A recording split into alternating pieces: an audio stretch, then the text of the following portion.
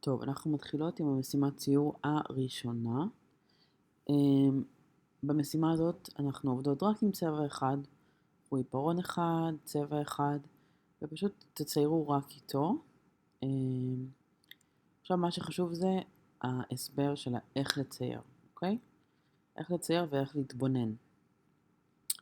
מה שאנחנו עושות, אנחנו לא מתכננות מראש את הקומפוזיציה, ואנחנו לא עושות רישום בעיפרון של הקומפוזיציה ושל הבסיס של מה שאנחנו רוצות לצייר.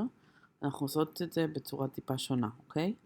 זה מאוד מאוד מתחבר לגוף ולתחושות, אז אני צריכה שתהיו איתי. אז אני מבקשת מכם לשבת שנייה בכיסא או איפה שנוח לכם לשבת, ופשוט להרים את העיניים ולהסתכל קדימה, ולסרוק עם העיניים את מה שאתן רואות בחלל. ואז מה שאני רוצה זה שתרגישו לאן העין שלכם נמשכת, מה מעניין אתכם, מה מסקרן אתכם, אוקיי? עכשיו, אל תחשבו מה יהיה יפה, מה יהיה לי הכי קל, מה יהיה לי הכי מרשים, מה יהיה אומנותי, אל תחשבו על הדברים האלה, זה לא מעניין בכלל.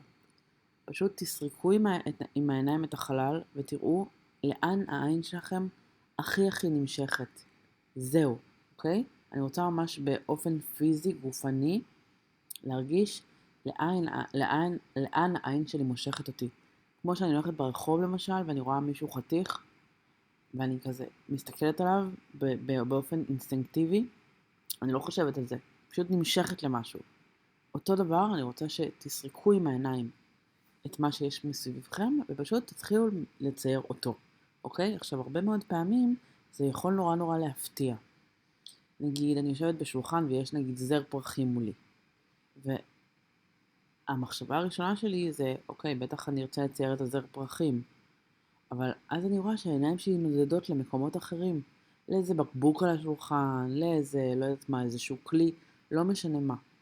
אבל מה שאני רוצה, שתיתנו לעיניים שלכם להיות כמו ססמוגרף של מה מעניין אתכם, ופשוט לכו עם זה. לכו עם זה בהתמסרות מלאה. אל תפקפקו בזה, פשוט לכו עם התחושות גוף האלה של מה הכי מעניין אתכם. ותסיירו קודם שם, תתחילו משם, ולאט לאט ככה תרימו עוד פעם ועוד פעם את העיניים קדימה, וכל פעם תרגישו מה הדבר הבא שמעניין אתכם, ותציירו אותו. ולא משנה מה יצא לנו כרגע בתוך הציור, זאת אומרת, אל תנסו להתאים את הציור לאיזושהי קומפוזיציה שתכננתם מראש או משהו כזה, שחררו רגע את הדבר הזה, פשוט לכו עם מה שעכשיו הסברתי עד הסוף. בנוסף, אני רוצה שנייה רק להבהיר משהו, שאנחנו נמצאות באתגר שעוזר להכניס ציור לחיי היום-יום, אוקיי? זו המטרה שלי, שתציירו על בסיס יומיומי, שזה יהפוך להיות חלק מהחיים שלכם השוטפים. זה לא שיעור באיך לצייר מדויק, זה לא שיעור באיך לצייר בפרופורציות, אוקיי? אז עכשיו המיקוד הוא שאנחנו נצייר. המיקוד הוא לא שהציור יהיה מדויק ונאמן למציאות, אוקיי? אז זה ממש חשוב לי להדגיש את זה, כי הרבה פעמים אנשים שמציירים חושבים שזאת המטרה של הציור, להיות דומה למציאות, וזאת לא המטרה, בסדר? ועכשיו עוד שני דברים טכניים. דבר ראשון, תשתדלו שהציור הזה לא ייקח יותר מחצי שעה. אפילו אם אפשר, שימו לכם שעון מעורר, כדי שזה יהיה יחסית קצר.